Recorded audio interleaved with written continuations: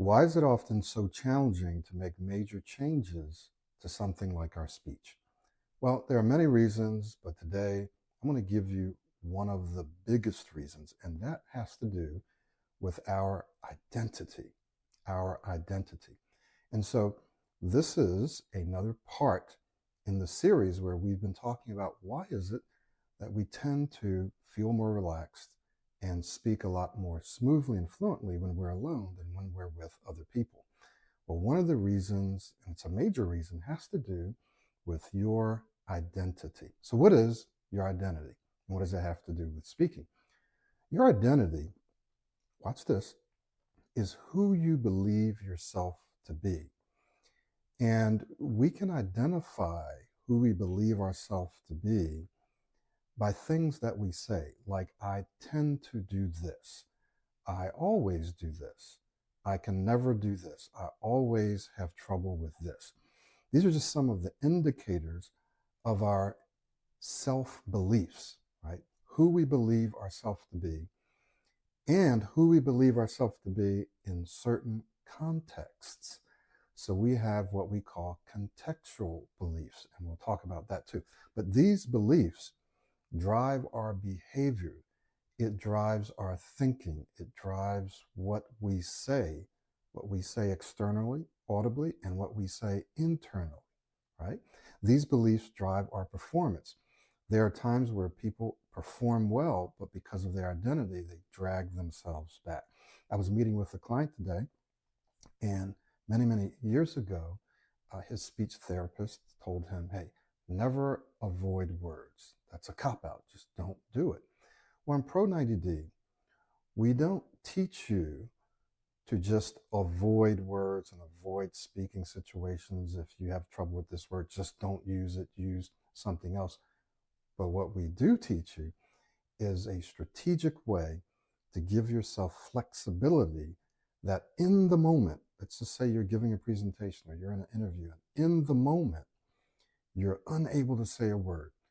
Well, what are your alternatives? Well, what many people do is they just push through it, right? They push through it. They make a face, they make a sound, they push through it. Why? Because they've had the belief that if I avoid this word or if I use a different word, that I'm copping out.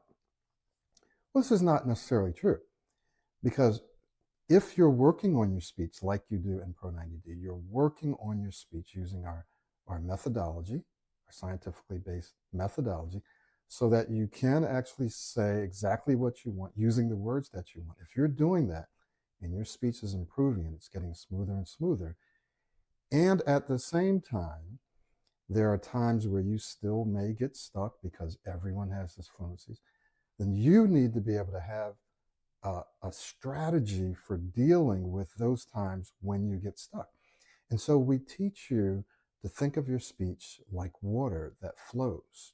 So when water runs up against an obstacle, it doesn't just stop, it finds a way around, it finds a way over, it finds a way under, right? And often, if it's so powerful, it'll just go through it. So when you think of your speech like water, you begin to give yourself more options, right? You begin to think in a more flexible way. And what this does, now listen to this, is it takes the pressure off. And let me give you a very specific example.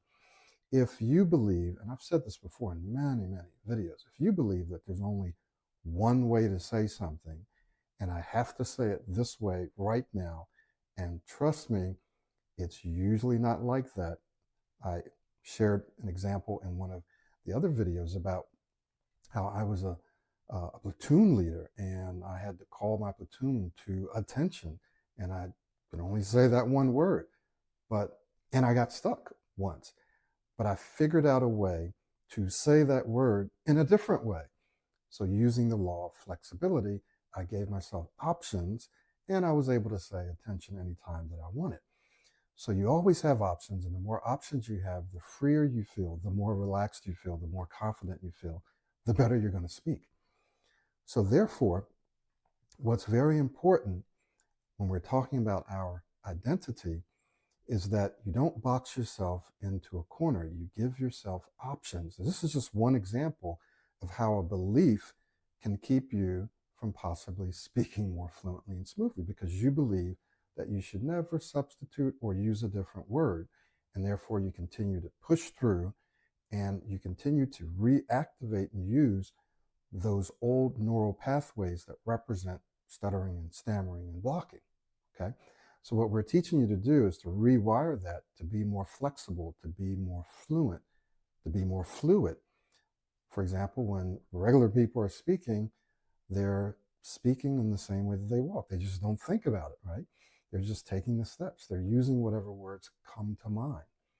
And if they're unable, for whatever reason, to say a word, their brain just automatically adjusts for it. Their brain has them use an introductory word or use what you might call a filler word, or go back and repeat it, or use a different word. It's what their brains do automatically. So we're just retraining your brain to do the same thing. So that's a very, very specific example of how a single belief can actually prevent you or stop you or slow your progress down. Okay, so your identity is who you believe yourself to be in general, but it's also who you believe yourself to be in certain contexts. Now, what are examples of context? Well, you can have a speaking identity, in fact, you do, for how you talk on the phone, for how you speak on a Zoom call, for how you speak on a Zoom call when there's no video, for how you speak in certain meetings, for how you speak around people in authority, for how you speak with your family and friends, for how you speak with certain members of your family, how you speak with your children if you have children, how you speak when you're in an interview or when you're giving a presentation, how you speak for when you stand up or when you sit down, how you speak for when you're ordering food or ordering coffee, right? So those are all different contexts. So this is your contextual identity. You have an identity for each of those contexts, okay? Now listen to this, you also have an identity for how you are and who you are when you're alone. And we've been calling this your resting state because generally speaking, you're going to be more relaxed. You're not going to feel any sense of judgment. You're generally going to speak more fluently. Now, just because you're alone doesn't make you an excellent speaker because that's a skill that you can learn. But generally speaking, you're going to speak better. You're going to speak smoother. You're going to feel more confident, more relaxed, calmer.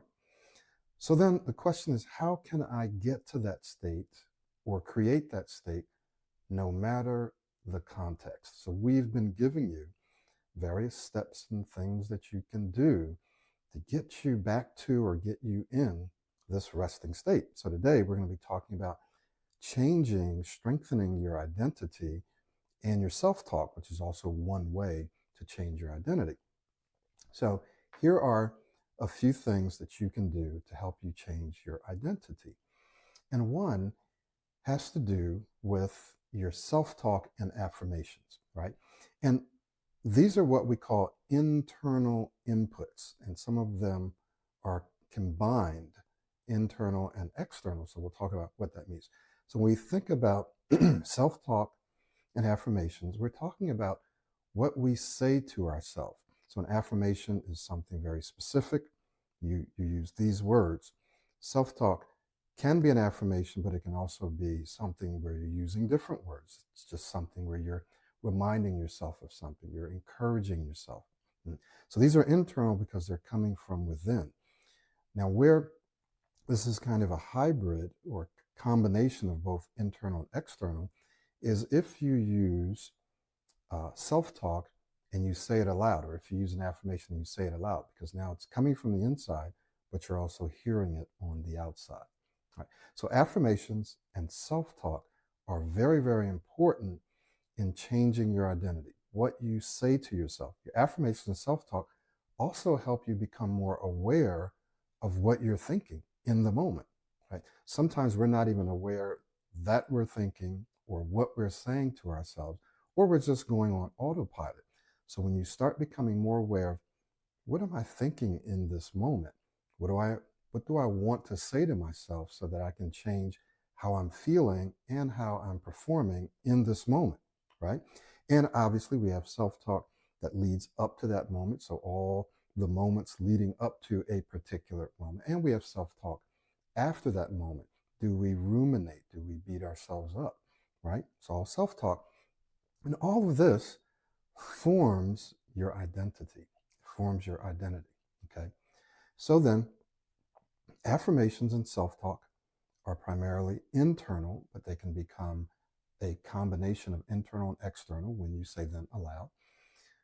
Visualization and verbalization, number two. So the first one is affirmations and self-talk.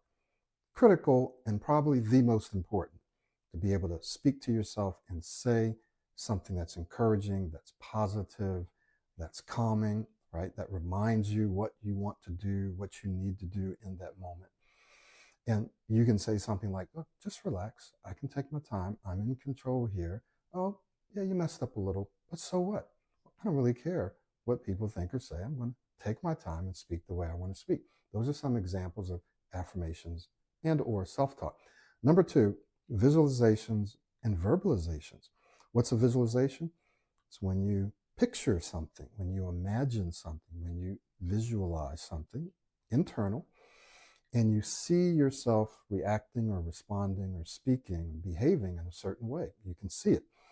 You can see it first person, so I can see it through my eyes, right? Or I can see it second person. I can see it as though someone else is, as though I'm looking at myself, or as though someone else is looking at me. So we can go first person, second person, you, Michael, are doing very well. I'm watching you speak well. Or third person, someone else is watching me, right? So sometimes you can see yourself speaking and you can see how the audience is responding to you, or you can see yourself as though there's like a video and you're just watching yourself being relaxed and speaking smoothly and calmly. Right. So visualizations, you can do this in a matter of seconds. Just quickly visualize yourself, or 30 seconds or a minute. Just see yourself responding and reacting and speaking well. Now, we often use this in a negative way when we, for example, keep picturing something going wrong. We keep thinking about it and imagining or ruminating, going back and reimagining something. What we're doing is we're visualizing, but in the negative. What is verbalizing? Well, verbalizing is something that we came up with where what you're doing is you're using words to describe a situation happening the way you want it to happen. And you can do this in present tense or past tense. For example, I can verbalize a meeting. I can say, I'm in the meeting, I'm very relaxed, I'm speaking well, I'm articulating my thoughts clearly and confidently. That's a verbalization. Right? I'm speaking it, and the more details I use, the more I'm also able to visualize. So I'm speaking it, I'm hearing it, and I'm visualizing it, and I can even emotionalize it. I can feel it. Or you can do past tense. I was in a meeting, and the meeting went very well. I was completely relaxed. I was able to articulate, communicate my thoughts in a very logical manner. People were nodding. They were in agreement. I was challenged and asked a few questions. I was able to answer those questions in a very concise and confident, persuasive way. I used the past tense. So these are all ways that you can verbalize. Now, so the first one is affirmation, self-talk. The next one is visualization and verbalization. These are both internal and external, right? Well, a third way to change, to rewrite, to strengthen your identity is your inputs. What you watch, what you listen to, what you read, and also your environment, the conversations that you engage in. So these are primarily external inputs. So listening to audios on your way to work that are encouraging, that are helping you to think differently, to see the various options and ways that you can handle things, right? Watching videos that are powerful and encouraging and inspiring and instructional. Reading books, the same thing. Conversations that you have, very important. So these are all external, but let's talk about different speaking situations that you may find yourself in and how you interpret those. So I would say that that would be a fourth one. A fourth way that we can strengthen our identity is not just through the inputs, the reading and the watching and listening, right? but also how we interpret the things that happen to us, our experiences, right? So this is external. Something is happening to you. You're in a situation. However, how do you interpret that situation? How do you respond? How do you react? What do you think about what happened? Let's just say you get stuck. How do you interpret that? Do you just say, oh, it's a bump in the road, it's practice, I'll have another opportunity. That's okay. I don't really care. I'll just keep on moving forward, right? So it's how I interpreted that situation, that instance where I got stuck. So when things happen to you, you and I have a choice as to how we think about them, how we react, how we respond, right?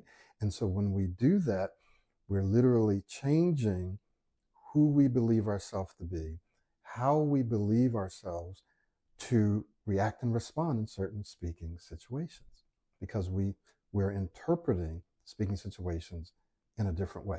Let me just give you a brief example. Whenever I have a presentation or something coming up, it's live, what people probably used to do and what I probably used to do is to anticipate, to worry about it, right? Negatively anticipate.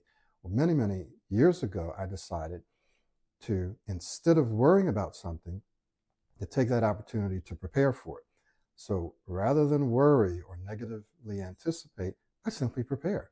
So if I think about that event 100 times, I'm preparing for it 100 times.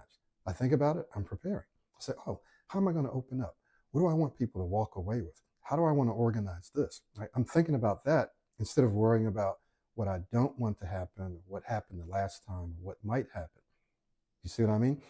And so, because I've created that habit of just doing that every time I have something that comes up, that's become a part of my identity, that way of thinking about upcoming speaking situations, that way of preparing has become a part of my identity.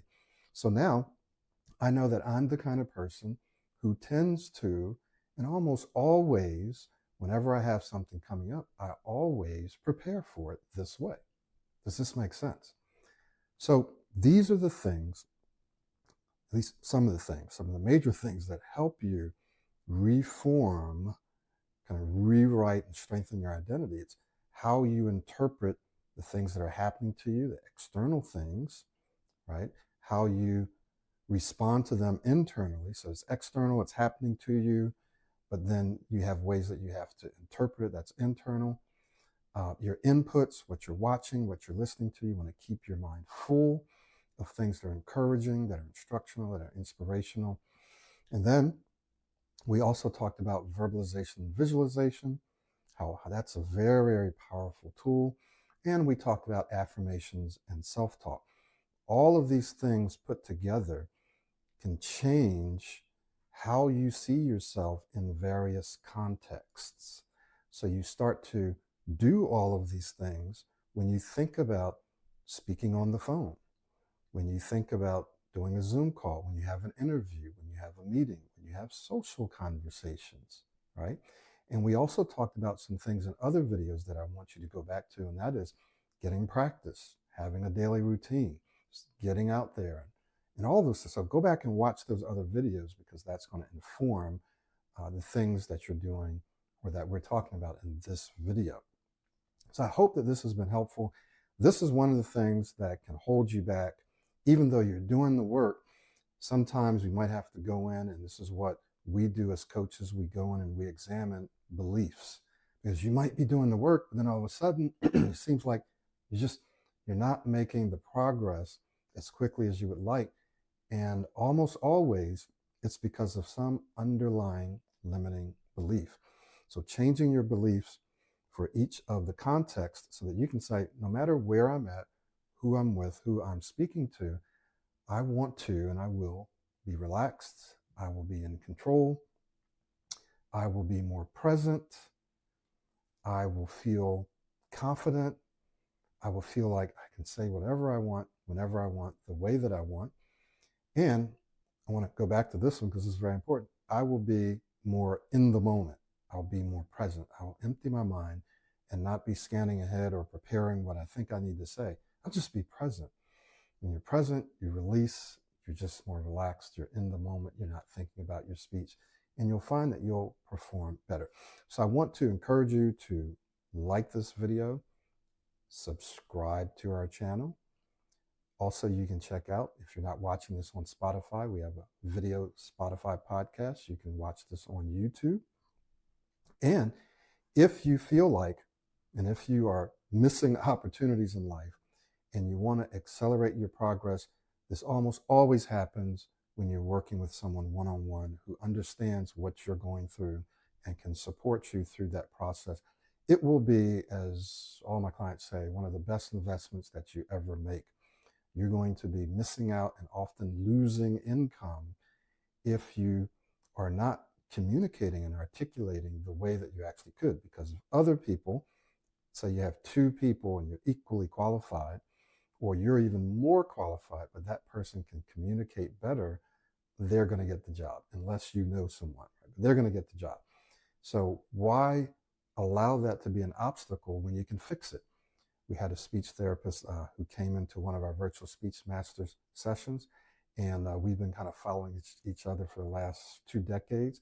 He said, Michael, I'm just amazed here. He said, these people here speak better than average. Like, it's not just something where they're coming up to a place where they're able to speak more fluently. He said, they are speaking better than people who've never stuttered. And I said, thank you. And that's what Pro90D is about. It's about giving you that competitive edge. Even though you may stutter, even if you stutter severely, we can take you from stuttering severely, if you do the work, to becoming a better than average, an excellent, even an amazing speaker. And this is not, I'm not just blowing smoke up your, you know what. We've done it. We've been doing it for years. We have many examples. It just works. Thank you so much for watching this video. We look forward to working with you. We're going to have a link where you can book a free 15-minute session. A few questions for you to answer first. We want you to be honest about those. This may not be a good fit for you. These are for people who are very, very serious. You're willing and able to move forward. And you and I just want to see, is this going to be a good fit for both of us at this time? So once again, thank you so much. Look forward to the next installment in this series.